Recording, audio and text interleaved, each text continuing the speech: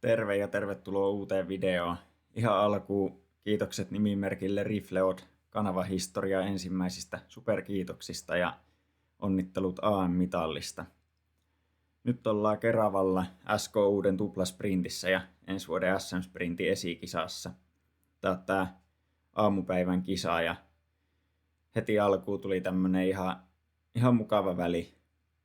Sai hyvin kisankäyntiä tässä, kun ei ollut mitään haastavaa reitinvalintaa, mutta kuitenkin piti olla tarpeeksi tarkkana, että ensinnäkin lähtee K-pisteeltä oikeaan suuntaan ja sitten löytää tänne oikeaan talojen väliin.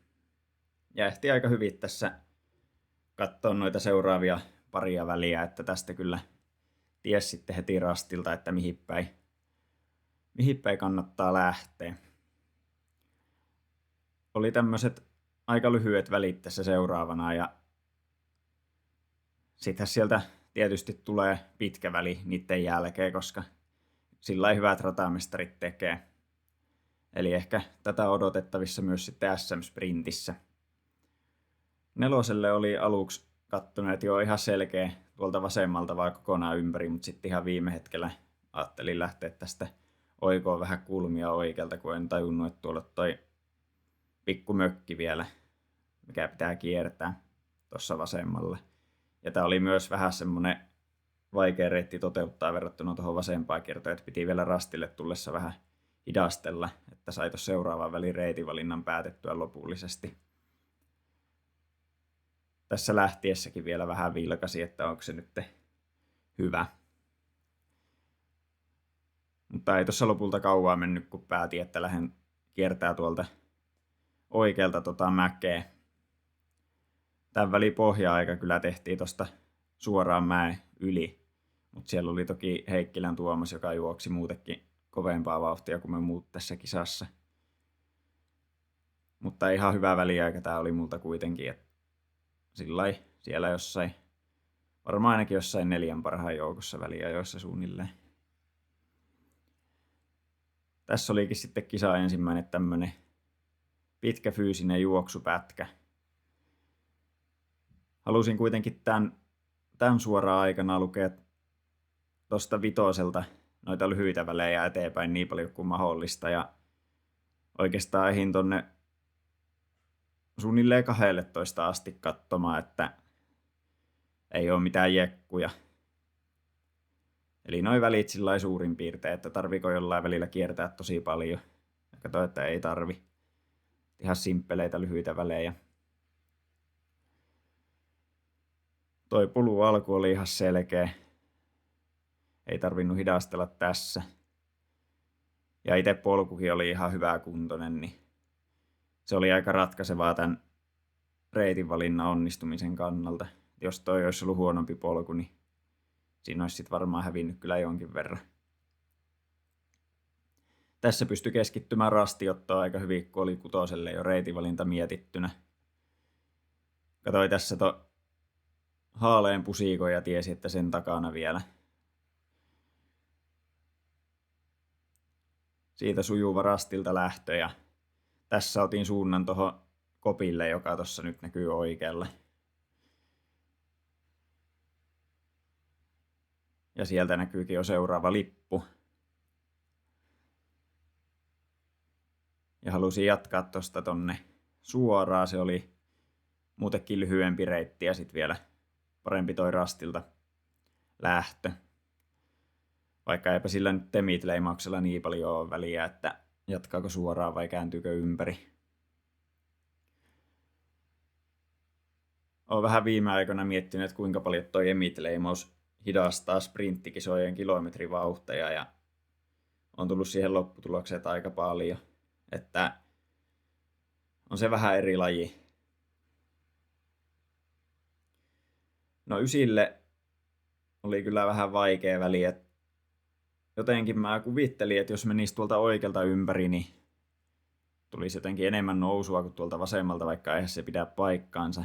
Ja sitten kun oli kilpailuohjeessa lukenut, että tiheikköihin ei kannata mennä, niin en sitten lähtenyt tuosta suoraakaan. Lähdin kiertää tältä vasemmalta polkuja pitkin. Ja tää oli kyllä tämän kisan huonoin väli itselle.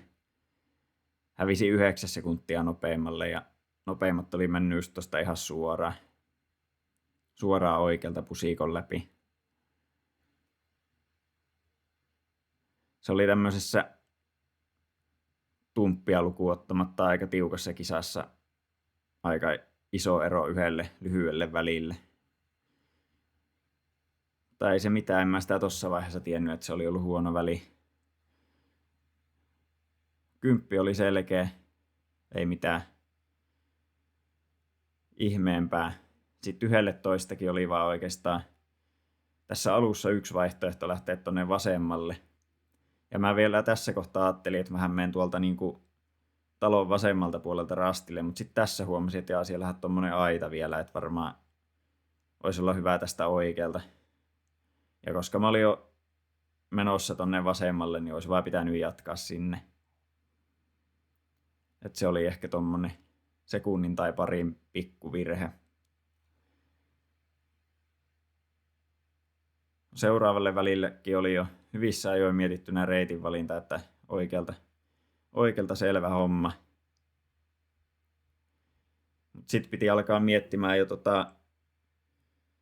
13 lähtöä, koska siellä oli taas tommonen pitempi väli tulossa ja se oli ehkä vähän vaikeampi väli hahmottaa, että mikä on nopein reitti.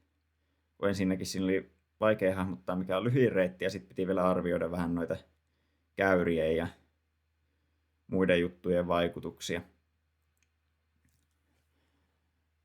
Tuolla minuutin eteen lähtenyt kaveri eessä, siitä sai aika hyviä apua tässä just, että näki, että mihin suuntaan se tuossa juoksee, en tiedä tarkalleen, että missä on rasti. 13 olin huomannut, että tuossa on vaan toi yksi rako, mistä pitää mennä ja tässä kohtaa olin kyllä jo päättänyt, että lähden 14 tonne alaspäin, että en jaksanut jäädä sitä miettiä sen pidempään. Tarkistin vielä vilkasin vielä vasemmalle ja kartasta, että ei kai tuosta pääse läpi mitenkään. Katsoin, että ei pääse, niin lähdin sitten tonne alaspäin. Tää oli ihan hyvä väli, tuli hyvä rastiväliaika. Eli oli hyvä reitinvalinta ja ratamestaritkin ajatteli, että tämä voisi olla ihan ehkä paras valinta. Oli taas aika fyysinen pätkä, että ihan tasaista asfalttia pääsi juoksemaan, mutta sitten mä hetken kun olin juossut tässä, niin tajusin, että kannattaa varmaan lukea tuota loppurataa aika paljon. Että ei se nyt niin paljon kuitenkaan tässä hidasta ja se voi sitten loppuradan sujuvuutta auttaa aika paljonkin. Tässä kohtaa kun odotellaan tätä tunnelia, niin kiitokset vielä kaikille kanavan jäsenille ja muillekin videoiden katselijoille ja kanavan tilaajille. Ilman teitä ei olisi varmaan näitä videoita ainakaan ihan näin paljon. Mutta joo, siellä alkaa toi tunneli näkymään ja olin miettinyt tässä reitinvalinnat jo aika pitkälle. En nyt muista ihan tarkalleen, että mihin asti, mutta ainakin tonne 17 asti. Tää oli aika paha tommonen liukas rinne. Oli kyllä ihan pitävät kengät jalassa, mutta oli sen verran märkää ja porukka jo juossut tossa, että meinas vähän olla liukasta.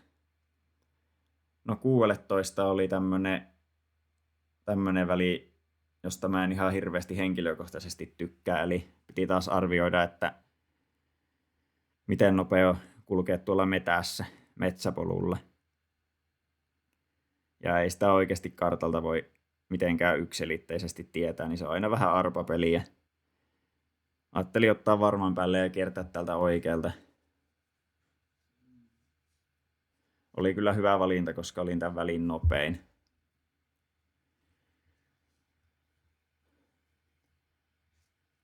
Oli jo ennen kisaa tiedossa, että tällä alueella tullaan pyörimään, kun oli autoparkissa just tuossa ihan vieressä.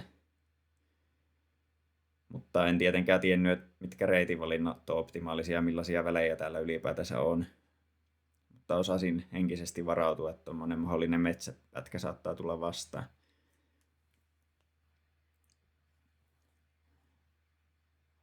Kahdeksalletoista sama homma, että en halunnut ottaa riskiä ja lähteä tonne metsäpolulle.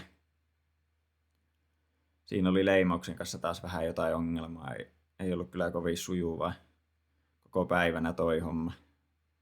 Ehkä sitten SM-sprintissä osaa jo taas leimata vähän paremmin. En mä oikein luota noihin emitteihin, niin ei vitti ottaa mitään pystyleimojakaan, kun emitin kanssa käy aika usein niin, että vaikka se emitin valo vilkkuu, niin silti ei tule leimaa. Ja esimerkiksi Oksasen Teemulla kävi tässä aamupäivän kisassa sillä lailla, että oli leimannut niin, että oli tullut piikin jälki pahviin, mutta silti ei tullut leimaa siihen emittiin. Niin joo, henkilökohtainen mielipide on, että ei niitä tarvitsisi enää käyttää, kun on Sport Ident Airitkin olemassa. Mutta siitä sitten vielä viimeiset pari rastia. Tämä 19 väli oli tämmönen aika toteutusväli.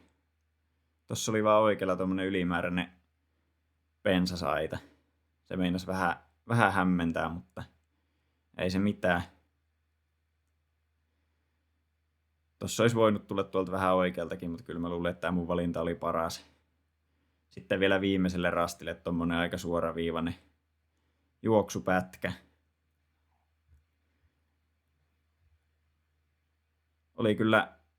Oli kyllä mukava kisa tää aamupäivä. En nyt vielä kommentoi iltapäivästä mitään, saatte katsoa sitten videon, kun se tulee tässä jossain vaiheessa, mutta aamupäivällä oli kivaa ja meni ihan hyvin. Tulokset tulee taas tuohon videon kuvaukseen. Kiitos kun katsoitte videon, nähdään seuraavassa, moro!